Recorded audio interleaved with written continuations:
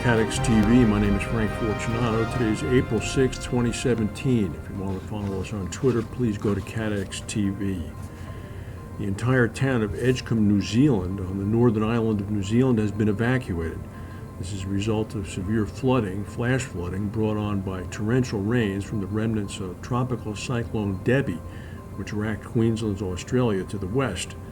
In Edgecombe, the water level in the town is said to be about 6.5 feet in some areas. Some 2,000 people have been evacuated under a mandatory order. The mayor described the extreme weather event as a once-in-500-year event. Heavy rains also flooded the capital of New Zealand, Wellington, and also soaked parts of the southern island.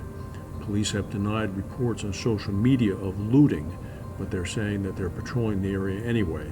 Deputy Prime Minister of New Zealand, Paula Bennett, told reporters that the authorities' message to affected residents was get out and stay out. Also in the town of Snedden, about 4 hours ago, which is at the northern tip of the southern island of New Zealand, a 5.0 magnitude earthquake struck. It was originally reported as a moderate shake at 4.8, but it's now been upgraded to a 5.0. It was widely felt throughout the entire country. No reports of any damage or injuries. Severe storms continued yesterday to rake the southeastern United States, unleashing multiple tornadoes. There was one large tornado and more than half a dozen apparent tornadoes, toppling trees and roughing up buildings in South Carolina, Alabama, and Georgia.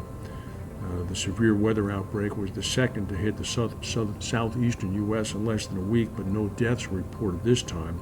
Storms on Monday killed 5 people. Portions of Kentucky and Georgia are still under a threat of tornadoes this morning. Flash flooding is possible in Atlanta. The Federal Aviation Administration temporarily halted flights to Atlanta's airport yesterday, but then resumed departures and arrivals. Storms bore down on the Augusta National Golf Course, which is scheduled to hold the Masters later this week. Practice rounds were interrupted as golfers were forced to take cover. More than 400 icebergs have drifted into North Atlantic shipping lanes over the past week in an unusually large swarm of icebergs this early in the season. This has forced vessels to slow to a crawl or to take diversion routes that are costing them hundreds of miles. Experts are attributing it to an uncommonly strong counterclockwise wind movement that's drawing the iceberg south. As of Monday, there were about 450 icebergs near the Grand Banks of Newfoundland, up from 37 only a week earlier. These numbers are not usually seen until late May or early June. The average number for this time of year is 80. These are waters where the Titanic went down in 1912 after, of course, it hit an iceberg. The iceberg proliferation or iceberg swarm is causing transatlantic vessels to take detours that can add about 400 miles to the trip, or about a day and a half for many large cargo ships.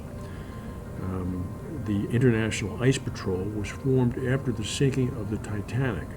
It warns vessels where icebergs are located and monitors the iceberg flows. Since the organization was formed, no ship that has heeded the warnings of the organization has ever struck an iceberg.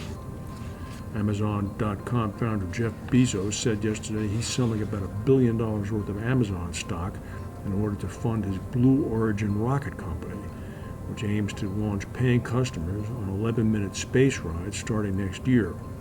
Bezos said that Blue Origin had hoped to begin test flights in 2017, but that's going to be pushed back to 2018. Bezos is Amazon's largest shareholder with about 81 million shares. Like his fellow technology entrepreneur Elon Musk, who's the chief executive of SpaceX, Bezos believes that reusability is the key to cutting the cost of spaceflight.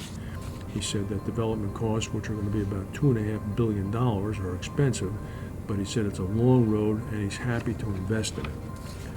Later today, President Trump is going to meet with Chinese President Xi Jinping down in Mar-a-Lago. That meeting is going to continue tomorrow as well.